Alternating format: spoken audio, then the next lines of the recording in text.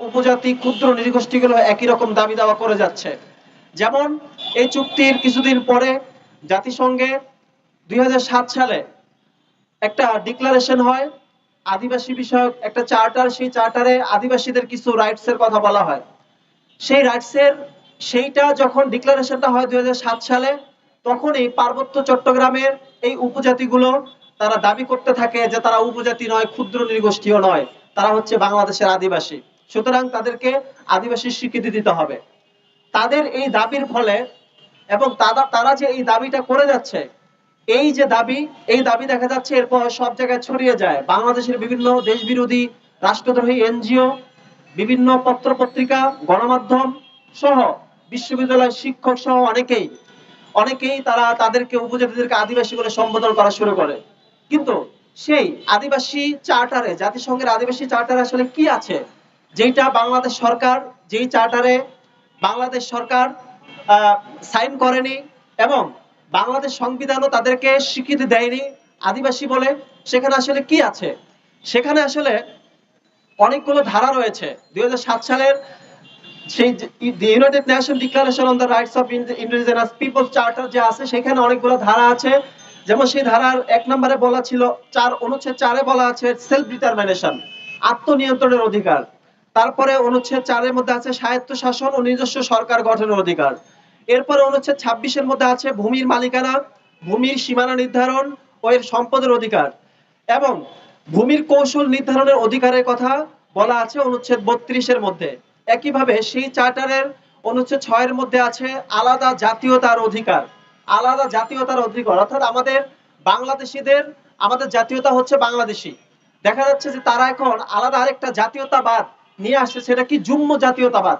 তারা নিজেদেরকে জুম্ম জাতি বলে, যেটা সম্পূর্ণ রাষ্ট্রদ্রোহী কথাবার্তা। সেই চুক্তি, সেই চার্টারের অনুচ্ছেদ 30-এর মধ্যে আছে সেনাবাহিনী উচ্ছেদের অধিকার। অর্থাৎ সে জাতিসংঘ ঘোষিত যে চার্টার আদিবাসীদের রাইটস এর বিষয়ে, সেখানে 30 নম্বরে অনুচ্ছেদে বলা হয়েছে যে আদিবাসীরা চাইলে ওইখান থেকে সেনাবাহিনী উচ্ছেদ করতে পারবে। এরপরে অনুচ্ছেদ 39-এ বলা হয়েছে যে রাষ্ট্রের অনুমতি ছাড়াই, কেন্দ্র সরকারের অনুমতি ছাড়াই আদিবাসীরা দেশি বিদেশি আর্থিক ও প্রযুক্তিগত সহায়তা পাওয়ার অধিকার তাদের থাকবে। এরপরে সেই অনুচ্ছেদের 42 নম্বর অনুচ্ছেদের মধ্যে আছে জাতিসংঘের হস্তক্ষেপ। অর্থাৎ সর্বশেষ জাতিসংঘের হস্তক্ষেপের মাধ্যমে তারা অনেক কিছু করতে পারবে। এখন কথা হলো, সেই যে আদিবাসী চার্টার, সেখানে যে এতগুলো রাইটস এর কথা বলা আছে, এটা বিশ্বব্যাপী একটা বিতর্কিত চার্টার ছিল, যে কারণে বিশ্বের অনেক রাষ্ট্র সেই চার্টারের মধ্যে তারা সাইন করেনি। তারা কিন্তু সাইন করে নাই, বাংলাদেশও করে নাই। কেন? কারণ হচ্ছে এই চার্টারটা যদি কোনো রাষ্ট্র সাইন করে, মেনে নেয়, তাহলে রাষ্ট্রের যে আদিবাসী জনসংখ্যা মানে জনগোষ্ঠী, তাদের উপর রাষ্ট্রের কোনো নিয়ন্ত্রণ থাকে না, একইভাবে রাষ্ট্রের অখণ্ডতাও থাকে না। এখন আমরা দেখতে পাই যে সেখানে যে সেলফ ডিটারমিনেশনের কথা বলা আছে, সেখানে জাতিসংঘের হস্তক্ষেপের কথা বলা আছে, এটার ব্যাখ্যাটা আসলে কি? এর বাস্তব নজির কিন্তু রয়েছে। সেটা কেমন? সেটা হচ্ছে এই চার্টারের আলোকে আমরা দেখেছি ইন্দোনেশিয়া থেকে পূর্ব তিমুর নামে আলাদা একটা রাষ্ট্র হয়েছে। সেখানেও তাদের ওইখানকার যারা উপজাতি গোষ্ঠী ছিল, তারা আদিবাসী দাবি করেছিল। সেই আদিবাসী দাবি ইন্দোনেশিয়ান সরকার মেনে নিয়েছিল। মেনে নেওয়ার ফলে একসময় দেখা গেছে জাতিসংঘের হস্তক্ষেপে গণভোটের মাধ্যমে ইন্দোনেশিয়া থেকে বিচ্ছিন্ন হয়ে পূর্ব তিমুর নামে আলাদা একটা স্বাধীন রাষ্ট্র গঠিত হয়। একইভাবে এর নজির আরো দেখতে পাই সুদানের মধ্যে 2011-12 সালের দিকে। সেখানে কিন্তু সুদান থেকে দক্ষিণ সুদান নামে আলাদা একটা রাষ্ট্র, খ্রিস্টান রাষ্ট্র গঠিত হয়। সেটাও হয়েছে এই আদিবাসী শব্দ, আদিবাসী স্বীকৃতির মাধ্যমে, জাতিসংঘের হস্তক্ষেপের উপর ভর করে। যে কারণে এসব উদাহরণ আমাদের সামনে থাকায় বাংলাদেশ তৎকালীন যত সরকার বিগত হয়েছে, কোন সরকার কিন্তু আদিবাসী স্বীকৃতি দেয় নাই।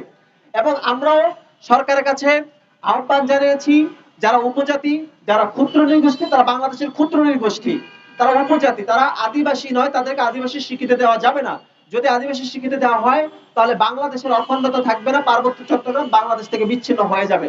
এখন কথা হলো, এই যে পার্বত্য চট্টগ্রামের যারা চাকমা, মারমা বা অন্যান্য জাতিগোষ্ঠী আছে, তারা আদিবাসী কিনা?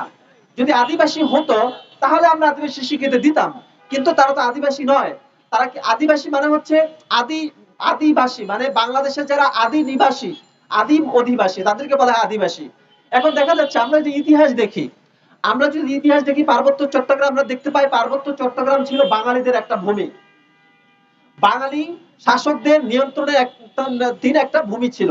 ওইখানে আশপাশের মিয়ানমার, ভারত, কম্বোডিয়া, আশপাশে মিয়ানমার বিভিন্ন রাজ্য, ত্রিপুরা ইত্যাদি বিভিন্ন জায়গা থেকে যে উপজাতিদের মধ্যে যারা একটু জঙ্গলি টাইপের ছিল, বনে জঙ্গলে বসবাস করতো, তাদের মধ্যে যুদ্ধ বিগ্রহ হয়েছে।